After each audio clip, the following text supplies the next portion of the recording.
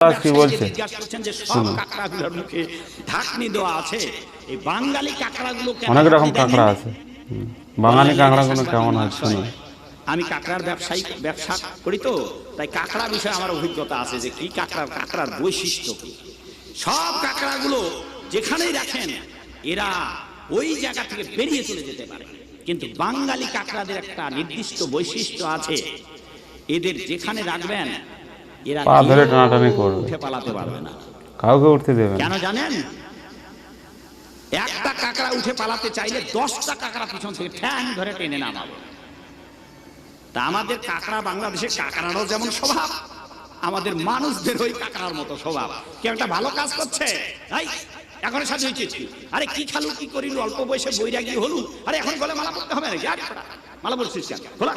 আমাদের মানুষের স্বভাবটাই এরকম, নিজে তো পড়বে না, বিশেষ করে বাঙালিদের। ওই ঠ্যাং ধরে টানবে।